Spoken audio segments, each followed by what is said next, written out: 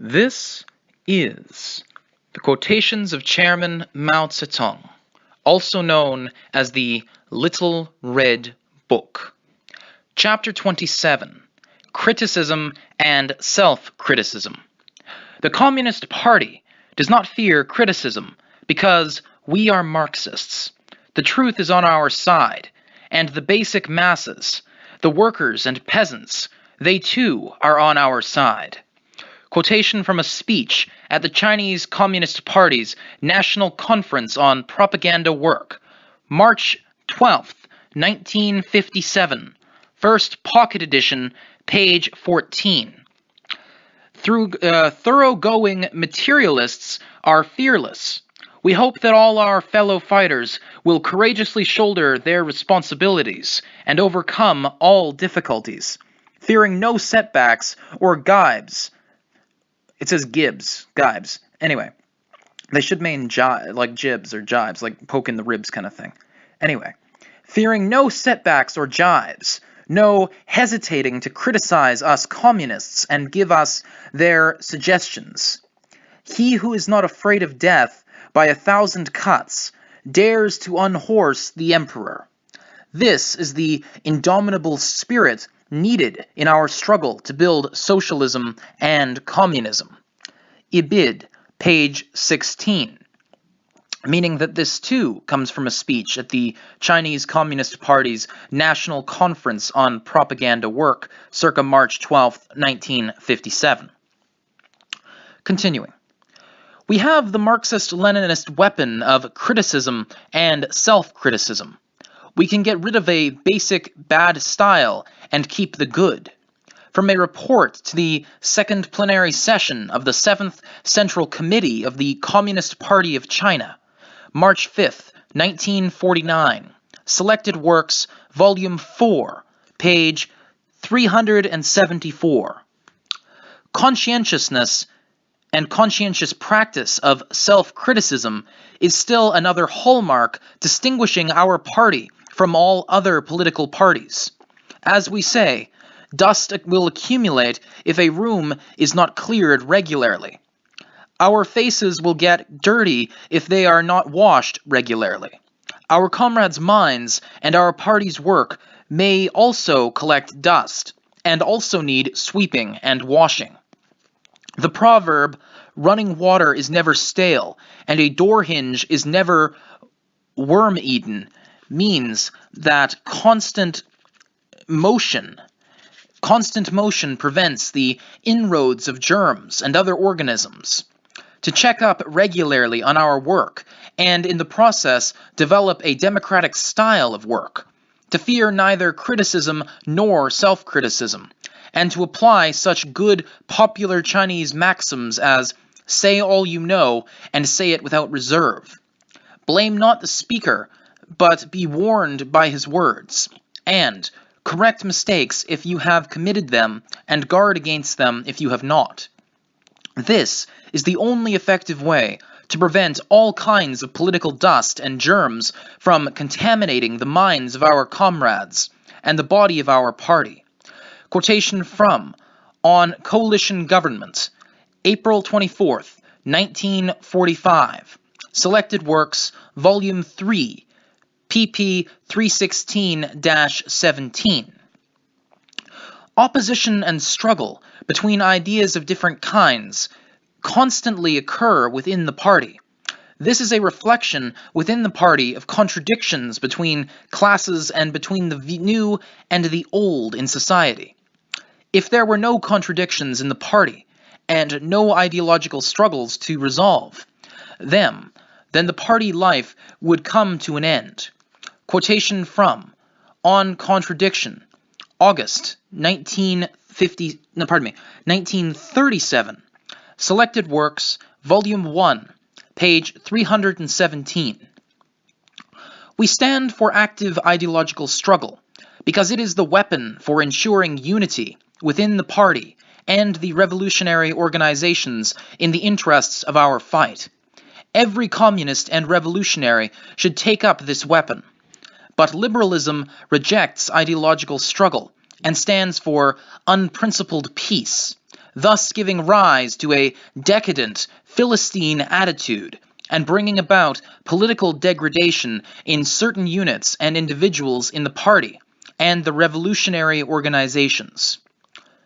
Quotation from Combat Liberalism, September 7th, 1937. Selected Works, Volume 2, page 31.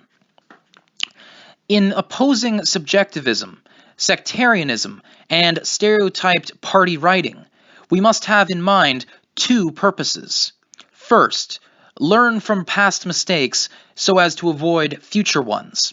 And second, cure the sickness to save the patient. The mistakes of the past must be exposed without sparing anyone's sensibilities. It is necessary to analyze and criticize what was bad in the past with a scientific attitude, so that work in the future will be done more carefully and done better. This is what is meant by learn from the past mistakes to avoid future ones. But our aim in exposing errors and criticizing shortcomings, like that of a doctor curing a sickness, is solely to save the patient and not to doctor him to death. A person with appendicitis is saved when the surgeon removes his appendix. So long as a person who has made mistakes does not hide his sickness for fear of treatment or persist in his mistakes until it is beyond cure, so long as he honestly and sincerely wishes to be cured and to mend his ways, we should welcome him and cure his sickness so that he can become a good comrade. We can never succeed if we just let ourselves go and lash out at him. In treating an ideological or a political malady, one must never be rough and rash, but must adopt the approach of curing the sickness in order to save the patient, which is the only correct and effective method.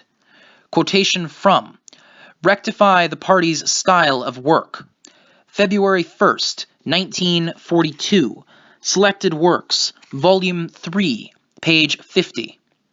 Another point that should be mentioned in connection with inter-party criticism is that some comrades ignore the major issues and confine their attention instead to minor points of contention when they make their criticism. They do not understand that the main task of criticism is to point out political and organizational mistakes. As to personal shortcomings, unless they are related to political and organizational mistakes, there is no need to be overcritical, or the comrades concerned will be at a loss as to what to do. Moreover, once such criticism develops, there is the greater danger that within the party attention will be concentrated excessively and exclusively on minor faults, and everyone will become timid and overcautious and forget the party's political tasks. Quotation from On Correcting Mistaken Ideas in the Party, December 1929. Selected Works, Volume 1, pp. 111 and 12. In inter-party criticism, guard against subjectivism, arbitrariness, and the vulgarization of criticism. Statements should be based on fact, and criticism should stress the political side. Ibid, page 112. Inter-party criticism is a weapon for strengthening the party organization and increasing its fighting capacity. In the party organization of the Red Army, however, criticism is not always of this character, and sometimes turns into personal attacks. As a result, it damages the party organization as well as individuals. There is a manifestation of petty bourgeoisie individualism. The method of correction is to help party members understand that the purpose of criticism is to increase the party's fighting capacity in order to achieve victory in the class struggle, and that it should not be used as a means of personal attack. Ibid, page 110. If we have shortcomings, we are not afraid to have them pointed out and criticized, because we serve the people. Anyone, no matter who, may point out our shortcomings. If he is right, we will correct them. If what he proposes will benefit the people, then we shall act upon it. Quotation from Serve the People, September 8th, 1944. Selected Works, Volume 3, page 227. As we Chinese communists, who base all of our actions on the highest interests of the broadest masses of the Chinese people, and who are fully convinced of the justice of our cause, never balk at any personal sacrifice, and are ready at all times to give our lives for the cause, can we be reluctant to discard any idea, viewpoint, opinion, or method which is not suited to the needs of the people? Can we be willing to allow political dust and germs to dirty our clean faces or eat into our healthy organisms? Countless revolutionary martyrs have laid down their lives in the interests of the people, and our hearts are filled with pain as we, the living, think of them. Can there be any personal interest, then, that we would not sacrifice, or any error that we would not discard? Quotation from On Coalition Government, April 24th, 1945. Selected Works, Volume 3, page 317. We must not become complacent over any success. We should check our complacency and constantly criticize our shortcomings, just as we should wash our faces or sweep the floor every day to remove the dirt and keep them clean. Quotation from Get Organized, November 29th, 1943. Selected Works, Volume 3, page 160. As for criticism, do it in good time. Don't get into the habit of criticizing only after the event. Quotation from On the Question of Agricultural Cooperation, July 31st, 1955, 3rd edition, page 25. Taught by mistakes and setbacks, we have become wiser and handle our affairs better.